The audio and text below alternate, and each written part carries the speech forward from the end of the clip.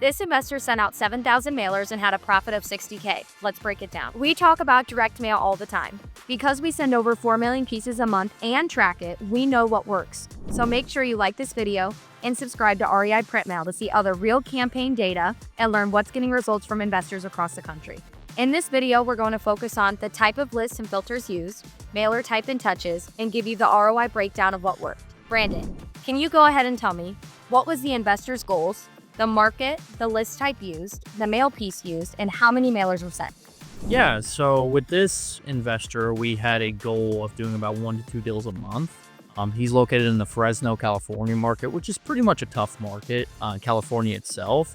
But the type of data we ended up sending to was our niche invisible list. And this is typically for people who need to downsize or liquidate their assets as part of a retirement strategy, or it's a data set that, hence the word invisible, that hasn't been marked correctly. So maybe properties that were written on paper before the 1980s that just didn't get marked and get turned into a digital format in a way. The types of mail pieces we ended up sending out on this campaign was our POC2PL, which is a large Sorry We Missed You postcard, and our SOPS4, which is one of our self-perforated check mailers.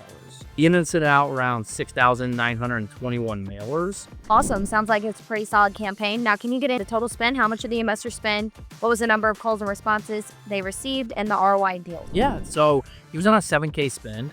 We ended up generating around 46 phone calls. We had a response rate of 0.66%. We know the state average is between like a 0.25%. So we went ahead and almost tripled that in one campaign. We ended up getting 2 contracts. We entered a deal for 60K, and we actually have another one in the works for $30,000. Wow. So he's looking at about $90,000 in a total profit on that. So when you subtract that from a mail aspect, you're looking at around 83K in a total profit. That's still really good. Is there anything that you would do differently or change or recommend to do differently inside this campaign?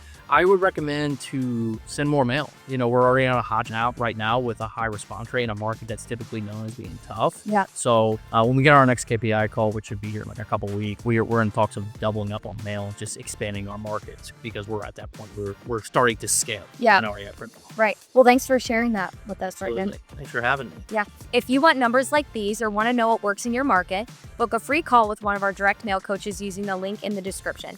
Don't forget to like this video and subscribe to REIPrintMail. If you want us to focus on your market for our direct results, go ahead and comment your county or city below. Remember, if you're not using direct mail as part of your marketing strategy or not answering your calls, you're leaving money on the table.